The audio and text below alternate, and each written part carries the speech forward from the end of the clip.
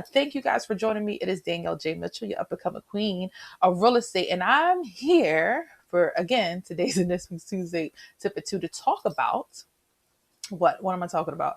I'm talking about how to put together an offer that's going to likely get accepted. Okay, so negotiating. We're talking about negotiating. There are in real estate, as a buyer or seller, there are different stages where you can negotiate. But we're going to talk about right now is the initial stage of negotiating, particularly for a buyer.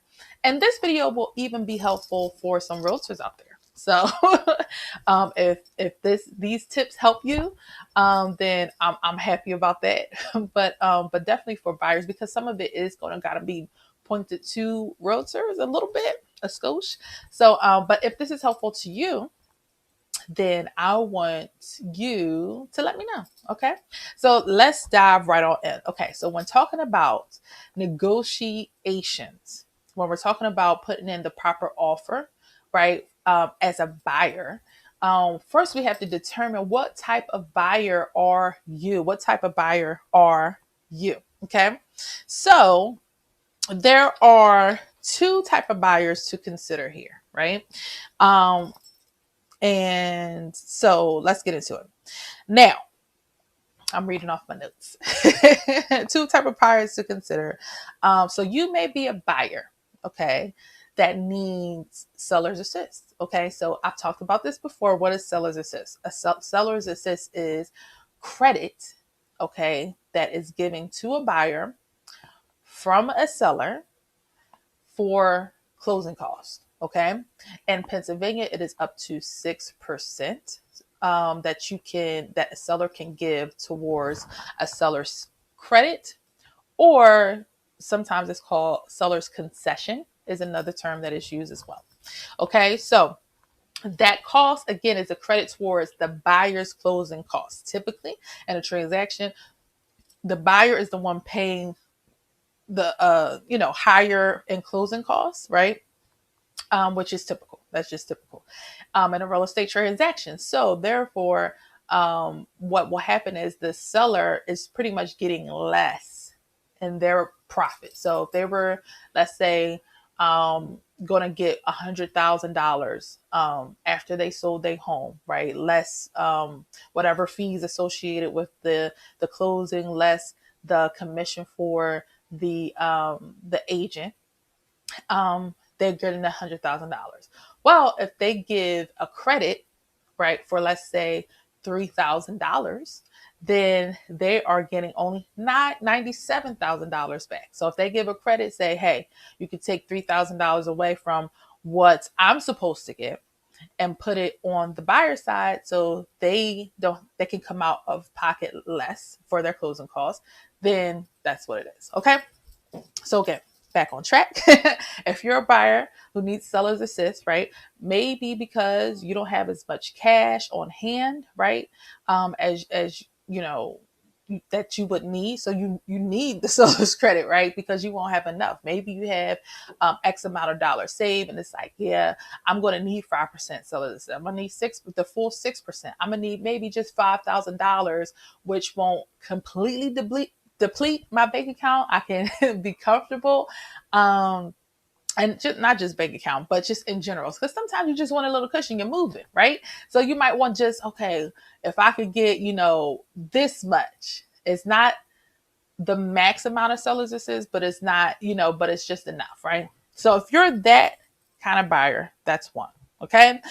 Number two, if you're a buyer who has 40K saved, 50K, right? If you're one who does not need to utilize seller's assist, that is fantastic. That is a fantastic thing, right? Because now you don't have to consider that nuance of, oh boy, I need seller's credit and how much do I have to think about getting, all that good stuff.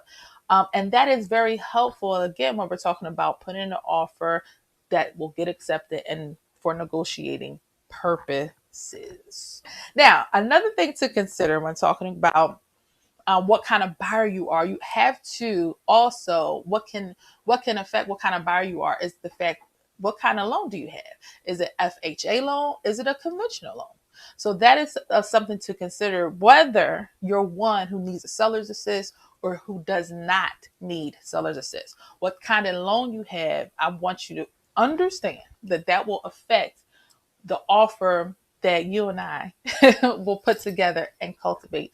That we want to get put together a solid offer that is going to get accepted, right?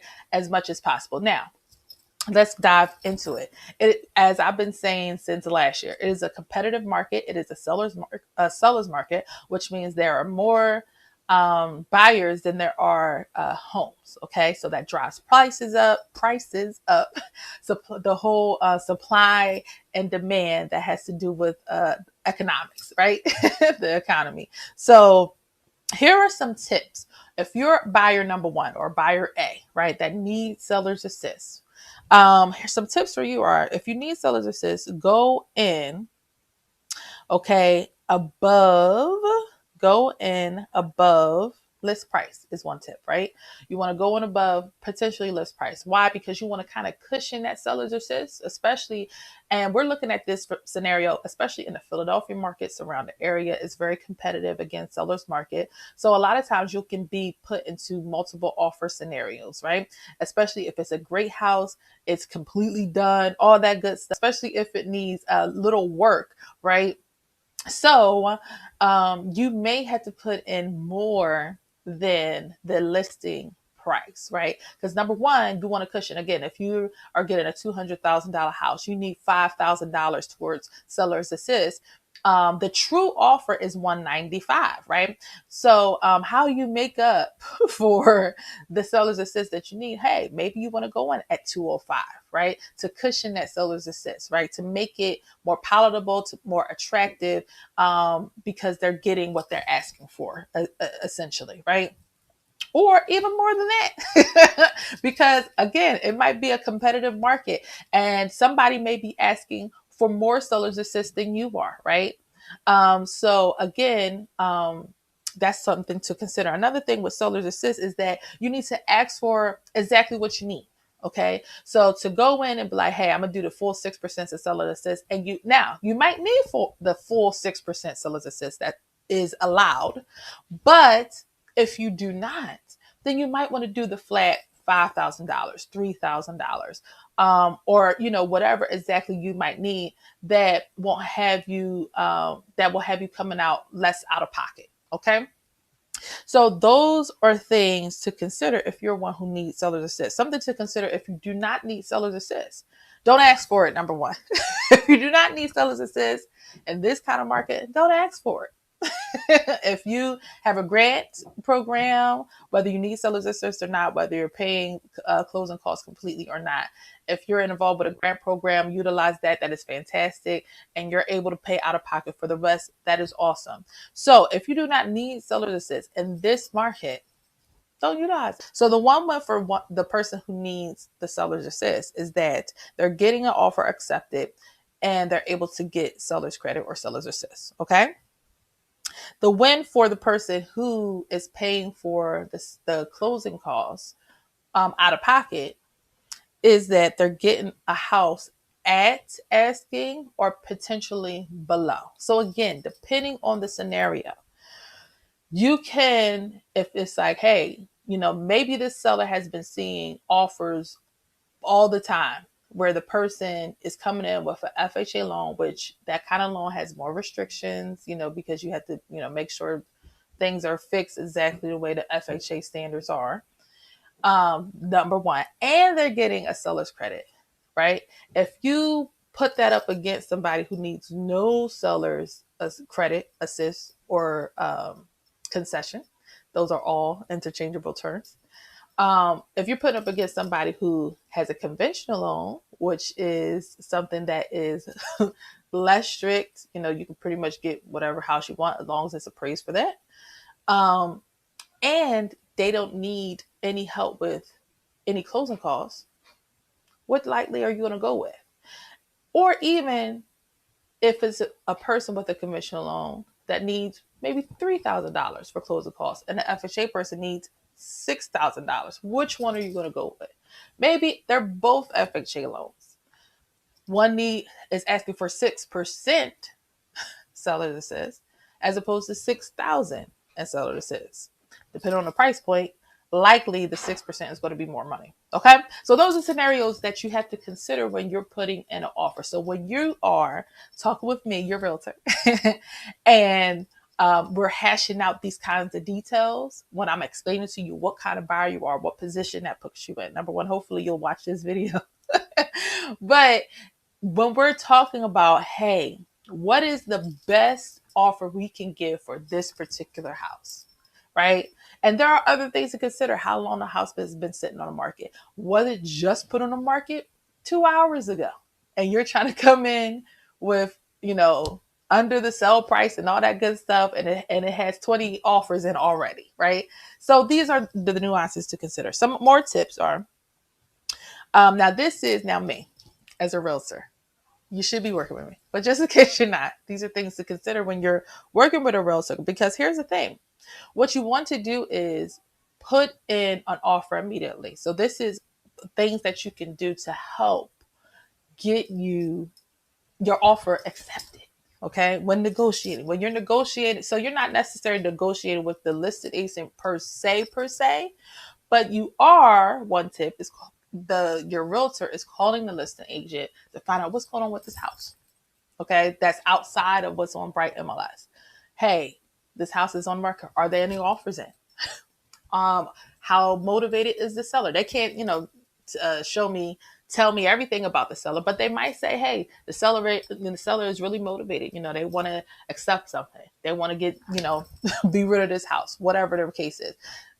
If you're for polite me as your realtor, having a professional realtor is everything. If you're working with a realtor and they're just like, not kind of sharp, that may not bode well for you when you're trying to get your offers accepted. So you want somebody that can be kind, that can be persistent, right? That can be assertive, but not aggressive.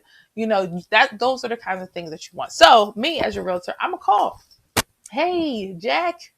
Hey, Michelle, how you doing? How's your day? You got to kind of butter them up a little bit. I'm calling about the wonderful property, blah, blah, blah, blah, blah, blah. What's going on with it? Oh, I got no offers. Oh, somebody's supposed to send an offer. Oh, I got 28 offers. And please don't send me one because we're just going to pick from the 28. Those are all questions that have to be asked before cultivating and putting in an offer. All right. So you want to, if I talk to listing agent, all that good stuff, and all systems are go, everything's great, then we're going to put that offer in immediately. We don't want to delay. We want to put it together.